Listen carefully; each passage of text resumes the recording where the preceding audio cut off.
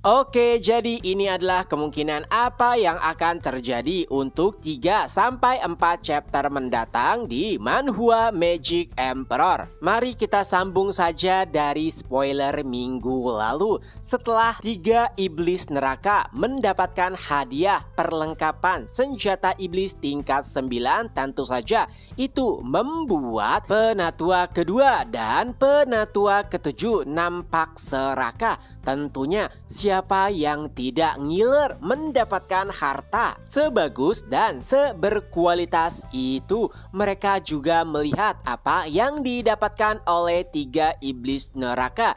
Jadi adalah hal yang wajar jika mereka mendapatkan hal yang sama. Tapi sebelum menerima hadiah-hadiahnya, Zofan kembali berkata, "Baiklah para penatua, jika aku bersujud dan meminta maaf kepada kalian sekali lagi, kalian akan mengampuniku, bukan?" Ya, tentu saja awalnya keduanya nampak sombong dan juga beringas. Tapi setelah melihat hadiah yang diterima oleh 3 iblis neraka, mereka pun pada akhirnya menerima permintaan maaf Zofan.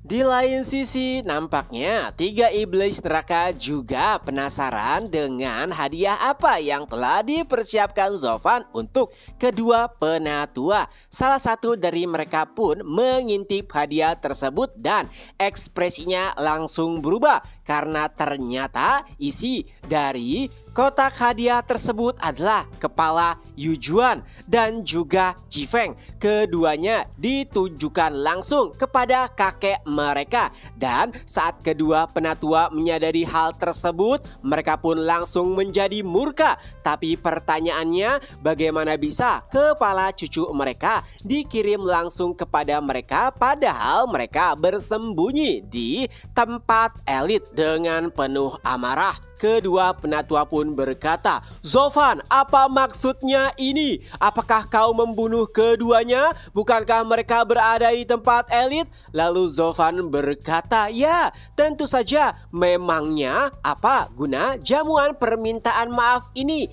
Mendengar hal tersebut tentu saja membuat setiap orang terkejut. Awalnya orang-orang yang berada di bawah Zofan mengira jika permintaan maaf ini karena Zofan mengaku kalah ataupun salah kepada kelompok elit, tapi ternyata tidak. Itu semua hanya untuk meminta maaf karena Zofan telah membunuh kedua cucu milik penatua, yang mana rencana gila tersebut bahkan tidak akan pernah berani dilakukan oleh penatua atau yang mulia manapun. Rasa jijik mereka kepada Zofan langsung berubah menjadi ngeri.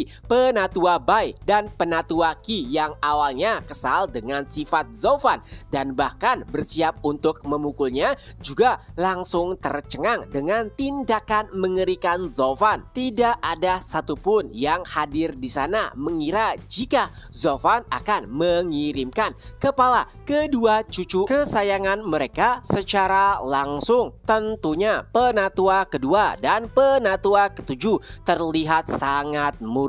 Tapi iblis neraka berusaha menenangkan suasana karena Chifeng dan juga Yujuan menurutnya mendapatkan hal yang setimpal karena telah mengacau di kantor pekerja. Tapi tentu saja kedua penatua tidak peduli, apalagi menurut mereka Ye Ying lah yang memulai pertarungan karena mematahkan lengan Yujuan. Tapi sayangnya itu tidak ada sangkut pautnya dengan Zofan. Zofan juga sebenarnya tidak terlalu peduli dengan para anggotanya yang dibunuh. Yang terpenting adalah harga dirinya. Zofan kembali lagi menekankan kepada para penatua, "Bukankah kalian telah menerima permintaan maafku? Bahkan juga disaksikan oleh setiap mata yang hadir di sini?" Tapi nampaknya kedua penatua sudah tidak bisa menahan diri lagi. Apapun yang dikatakan oleh Zofan hanya terdengar seperti angin lewat. Keduanya tengah bersiap untuk menyergap ataupun menghabisi Zofan. Tapi penatua Bai dan penatua Qi menghentikannya. Mereka berkata, Para penatua, tenanglah. Kau tidak boleh menyerang murid secara membabi buta. Itu dilarang oleh sekte. Lalu keduanya pun menjawab, kalian tidak merasakan karena bukan cucu kalianlah yang mati. Penatua Bai dan penatua Qi pun terdiam. Lalu Zovan berkata, baiklah, karena kedua penatua sangat menyayangi cucunya, aku akan memberikan kesempatan kepada kalian. Sekte membolehkan jika orang yang lebih rendah menentang yang lebih tinggi. Jadi aku akan menentang kalian berdua. Mendengar hal tersebut, tentu saja setiap orang langsung terkejut. Bahkan penatua Qi dan penatua Bai tidak bisa mengerti apa rencana Zovan selanjutnya. Adapun untuk penatua kedua dan penatua ketujuh, tentunya mereka tanpa berpikir langsung menerima tawaran tersebut. Di sisi lain, penatua Qi dan penatua Bai menganggap Zovan gila. Mereka berusaha untuk menghentikan Zovan. Penatua kedua dan penatua ketujuh adalah ahli ranah eternal, masing-masing tingkat 2 dan tingkat 3, di mana keduanya bisa membunuh ahli ranah visi dewa hanya dengan jentikan jari saja. Tapi nampaknya Zovan sama sekali tidak peduli dengan perkataan para yang mulia. Ia bahkan sampai berkata, tenang saja, mereka berdua sedang berduka karena kehilangan kerabatnya. Jadi bukankah hal yang baik meningkatkan harapan mereka? Ya, Zovan nampak sangat percaya diri, tapi kedua yang mulia menekankan jika terus dilanjutkan maka dirinya lah yang mati. Tapi lagi-lagi Zovan tidak peduli. Di sisi lain, 3 iblis neraka juga sebenarnya kesal dengan tindakan Zovan yang sembrono, bahkan sampai menargetkan kantor pekerja dan juga mengambil kepala Chifeng dan Yujuan. Tapi tindakannya sudah terjadi dan mereka juga tidak bisa membatalkan tantangan yang sudah dilayangkan oleh Zovan. Lalu beralih ke penatua kedua dan penatua ketujuh. Dari sudut pandang penatua kedua, jika mereka berdua langsung turun tangan hanya untuk menyingkirkan Zovan, maka itu terlalu mewah. Jadi penatua kedua pun berkata bahwa ia akan mewakilinya untuk menghabisi nyawa Zovan. Sebenarnya penatua ketujuh sedikit keberatan, tapi pada akhirnya ia pun menerima saran tersebut. Pertarungan antara Zovan dan Yang Mulia pun dimulai. Awalnya penatua kedua melemparkan serangan jiwa yang mana dari sudut pandang orang awam, Zovan yang hanyalah ranah visi dewa awal pastinya akan langsung mati. Tapi yang terjadi, Zovan menyingkirkan serangan jiwa tersebut dengan mudah dan itu membuat semua orang terkejut. Sejak kapan ahli ranah visi dewa bisa menghentikan serangan jiwa milik ahli ranah eternal? Kecuali lawannya juga sudah membentuk jiwa. Tapi bukankah itu adalah hal yang mustahil? Penatua kedua merasakan keanehan pada Zovan. Ia pun berkata kembali kepada penatua ketujuh bahwa kali ini ia akan serius dan menyerangnya secara langsung. Penatua kedua pun bergerak. Kini ia menggunakan bentuk jiwanya, yaitu jiwa api. Tapi belum serangannya mendekat, Zovan pun menggunakan bentuk terbaru dari mata kehampaan surgawi, yaitu bentuk keempat. Dan secara tiba-tiba serangan penatua kedua pun dimentahkan. Itu bahkan membuat penatua mundur beberapa langkah.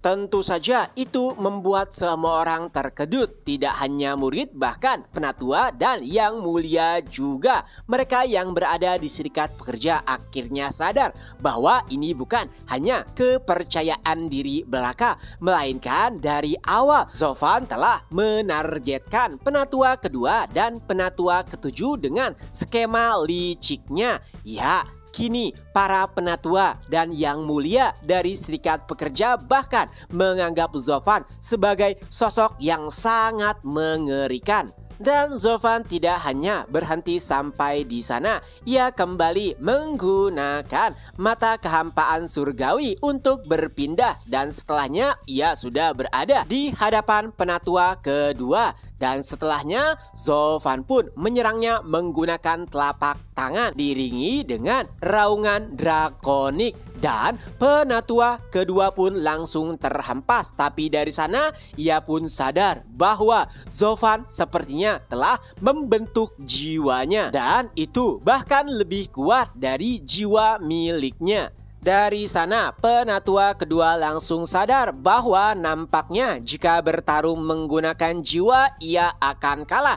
Tapi pertarungan langsung mungkin akan sedikit menguntungkannya. Penatua kedua pun mengeluarkan senjatanya, yaitu pusaka iblis tingkat 7. Tentu saja dengan kemampuannya sebagai ahli ranah eternal, ia yakin tubuh Zofan tidak akan bertahan melawan kekuatan fisiknya. Tanpa ragu, penatua kedua pun langsung mengincar Zofan tanpa mengetahui bahwa apa yang dibanggakan oleh Zofan bukanlah jiwanya, melainkan tubuhnya. Apalagi salah satu lengannya adalah lengan Qilin, di mana senjata atau pusaka iblis milik penatua kedua sama sekali tidak berarti saat berhadapan dengan lengan Qilin.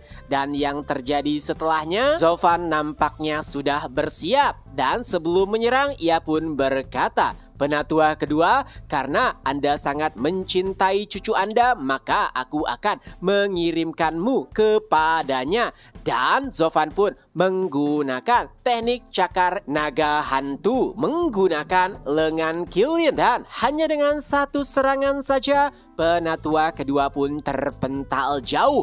Tubuhnya hancur, kini yang tersisa hanya jiwanya saja. Ya, ahli ranah eternal memiliki keuntungan. Jika tubuhnya hancur, maka dengan jiwanya yang masih hidup bisa menggunakan tubuh lainnya. Tentunya kala itu penatua kedua sadar bahwa Zofan bukanlah tandingannya. Ia benar-benar monster yang telah mengincar mereka dari awal. Jadi satu-satunya hal yang bisa ia lakukan adalah melarikan diri dan memberitahukan apa yang telah terjadi kepada Yang Mulia Shi, lalu tinggal menunggu waktu untuk membalas dendam. Dan tanpa ragu, jiwa penatua kedua pun langsung melarikan diri. Tentu saja awalnya ia takut jika Zofan akan menyerang kembali. Tapi kekhawatirannya menghilang tak kala ia melihat penatua ketujuh menyerang Zofan. Ya, tentu saja penatua kedua berpikir jika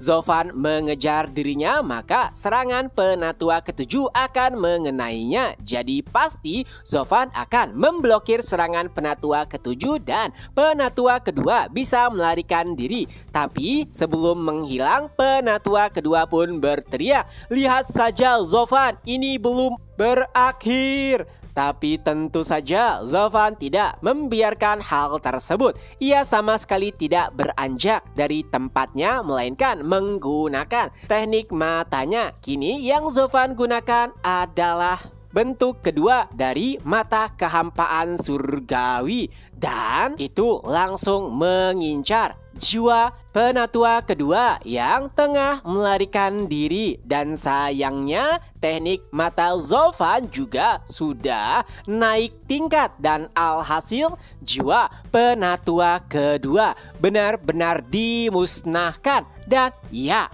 penatua kedua pun mati dengan sangat mengenaskan. Bahkan mereka belum bertukar 5 serangan, tapi penatua kedua mati tanpa sempat menyadarinya.